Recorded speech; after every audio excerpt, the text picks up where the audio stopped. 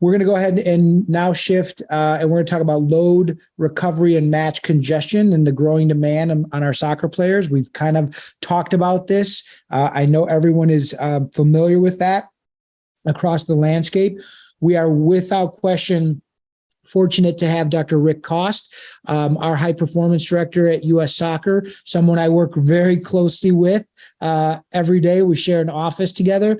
Rick, it is an honor to have you, and the floor is yours. Thank you. Thank you so much, George, and thanks everyone for participating in this amazing summit. And I heard a lot of good stuff that mown a lot of grass in front of my feet already, which is a good thing, to be honest. So I want to echo everything has been said is amazing. And this is one of those topics where 10 years ago we probably looked at this whole thing about match congestion in a totally different perspective of adaptation. And we need to do more. You could, like Ericsson said, we need to do like 10,000 hours of training before you master something. And then someone else said, no, if you do 10,000, I'm going to do 11,000. And then someone says 12,000 and more was better. And all of a sudden we're now in an era where we try to tend to think that more still is better, but because all these games are so close to each other, like we play games in the highest level within 4 days. But 10 years ago, we said, we need 72 hours to recover from a game. So how can we plan a new game pretty much within that window? And the whole issue is that we now in a situation that we try to mimic a situation where we tend to push on a passive or active way ourselves into normal homeostasis or normal cell standardization. The bodies just don't have the time anymore to congest the games. So now we're thinking by like hydration strategies, icing after pre-games, like different types of nutrition, but even altitude training, everything. We try to grab everything to become better in digesting those games. While on the highest level, we don't have a choice. But on the lower levels, we actually do have a choice. And that's pretty much what I'm going to talk about in the next 7 or 8 minutes. If you can go to the next slide. To give you an example, this is the World Cup. So typically, every World Cup would have 4 or 5 days in between games. That means, let's say a game recovery would be 72 hours. So that means we play as USA, we play the first game on the 21st of November in the World Cup and the second game on the 25th. So if we need to have 3 days of recovery, how are we going to actually be ready for the next game? It's pretty much not possible to be ready for the next game. So in previous times, we would say we need to adapt. So in a training load perspective, from a timing perspective, we need to train ourselves to be ready to be able to play 2 games in 4 days. But are we able to train 2 times 90 minutes in 4 days and have training sessions in between? So typically you need a day off to recover, because every time you step on the field, you need another day to recover. So it's pretty much impossible. So we also know that by the end, the final is being played and all these games are so near to each other, the level of gameplay will probably be a bit lower than on the beginning. And you also see that if you see tournaments and you look at those load, you monitor the load per game, you see that there's a significant drop in level. And then all of a sudden, by the end of this, when the opponents get better and the power drops, we still find the power to actually push ourselves and maybe deliver our utmost and our most load in the final. But then there's this other problem, because the last games in competition typically are played now on the if I'm correct, on the 12th of November, if you look at the European teams. So the US team has 12 players in this moment playing in Europe. So the 12th of November. So the first game with the club again is on the 31st of December. So when you're ready and you've played this whole tournament, you pushed everything, your whole energy in there, and then you go back to your team. So when is the time that you're going to offload? If you can go to the next slide, the idea of training pretty much is to have adaptation. This is an ancient way of looking at adaptation. We call it supercompensation. So every time when you play the next game and you're in your undercompensation, which is the part of the graph below the black line, we actually, like, we're not recovered and we decline in level. So the next game will be significantly lower in level. So if that happens every time again and again, you pretty much go towards overtraining. So if I look at the not top sport environment, but more like the amateur environment, we still tend to push all these tournaments and all these trainings in such a small, short time that we keep on pushing kids and even older people into subcompensation, into lower compensation, instead of looking at what do we actually need to have supercompensation. And we have the possibility on those lower levels to actually find ways to give kids, but also like players in general, to give them time off or do other sports, like play tennis or maybe play basketball or do something completely different that has a totally different perspective on your or load. It costs you a different amount of load or a different type of load so that you be able to recover from that soccer game, so that the next training session you actually are better instead of less. So with the national teams, the thing we did was, there was this general idea that every time a player comes into our camp, we need to load them more heavy because we think that the international game asks more or demands more of every player.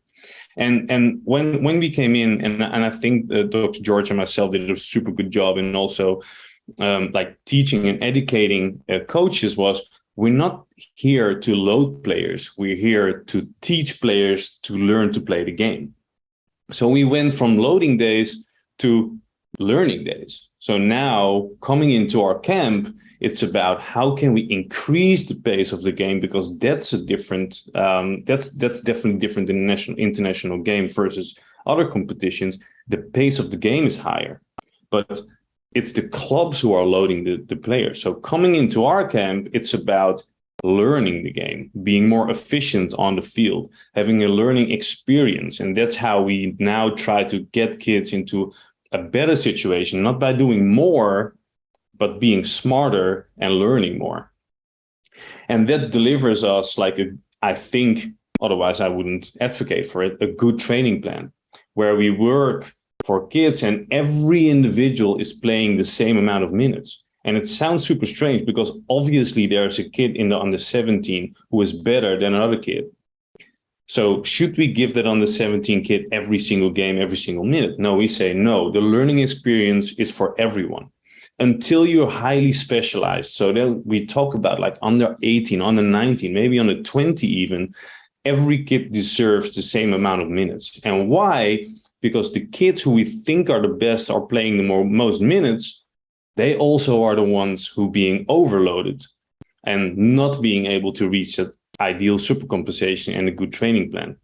And the kids who are underloaded or don't play the minutes, those are the kids who would typically drop in level because they are just underloaded. They are not able to have a good training plan because they tend to drop in level.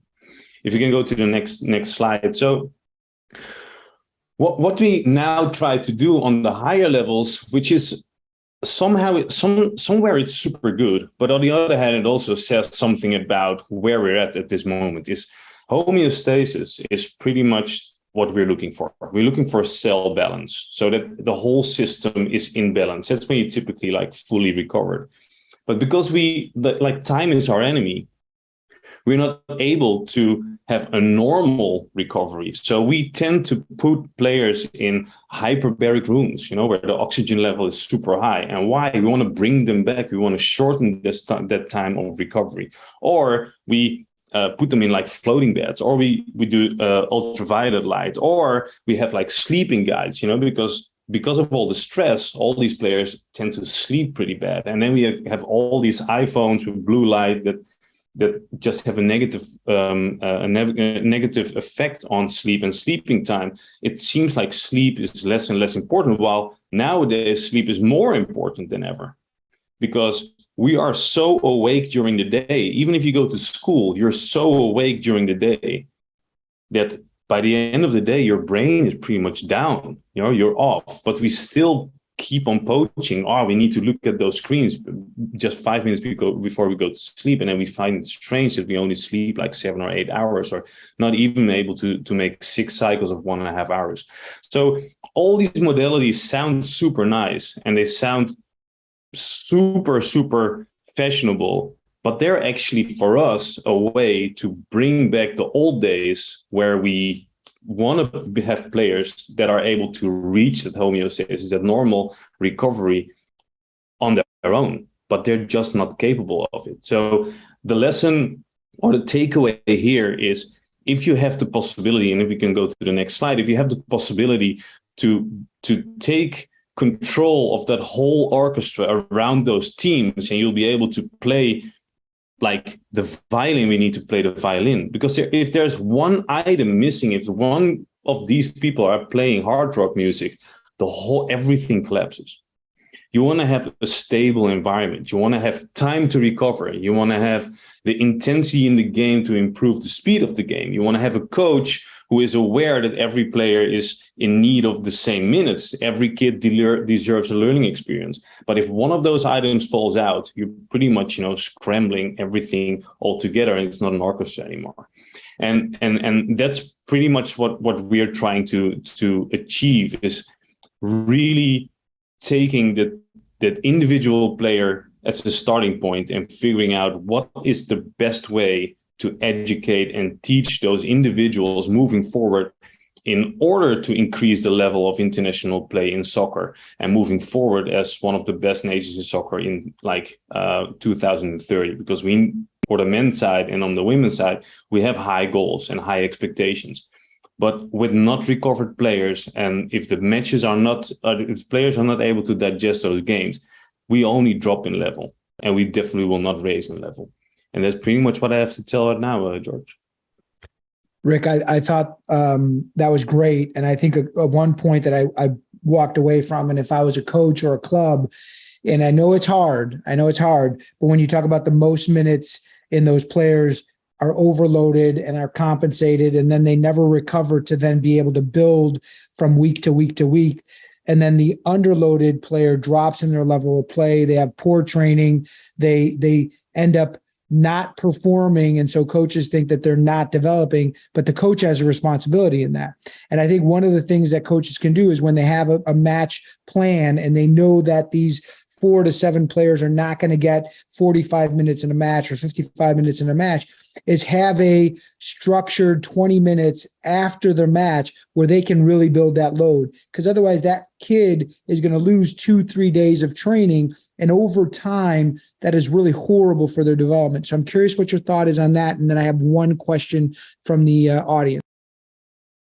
Yes, 100%. I think like overloading and underloading are equally bad. It's not like you want a kid to do less because that's better for them. It's also not like, hey, if you didn't play a game last week, 7 days ago, you're better in playing the game this week. Not at all. It's better to have structuralized like a system that gives you resilience, that brings you resilience, because resilience is like what you're looking for in training. So the overload part is when the balance in your team shifts to 1 or 2 players. They do everything and they tend to get overloaded. But the underloaded part definitely is super important, that those kids, they need to have extra training after the game. Or maybe on match day +1, if you have like a day left and you want to do something extra with those kids, that's the moment to bring those kids into a situation they can do something extra.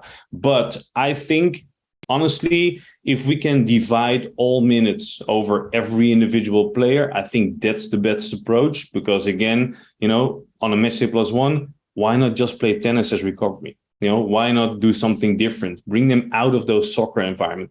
It's actually a fact that if you teach kids multiple sports, their whole adaptation mechanism, their whole coordination system will be a lot better when they're 12, 13 years old. And they will be better soccer players, although they might have played less soccer, but their body, their cognitive system, everything is being pushed. If you do different stuff also, don't specialize too early, and definitely, don't choose one or two players that are the best to give them everything, but divide, because over time, that one kid who is small in the under sevens, he might be the guy playing in MLS. And the other one, I love that. And resilience is what was a word that you shared that I think as coaches, we have to think about. How do we make our players resilient and really bring all those skill sets that in the end, as a coach, your goal isn't about that moment at 12, 13, 14 winning. It's about at 18, 19, 20, 21. Did you really build the foundation for that athlete? Rick Koss, thanks so much. Really appreciate the insight. And I know the Federation is really excited to continue to work with you in the game across the United States. Thanks so much. Awesome, guys.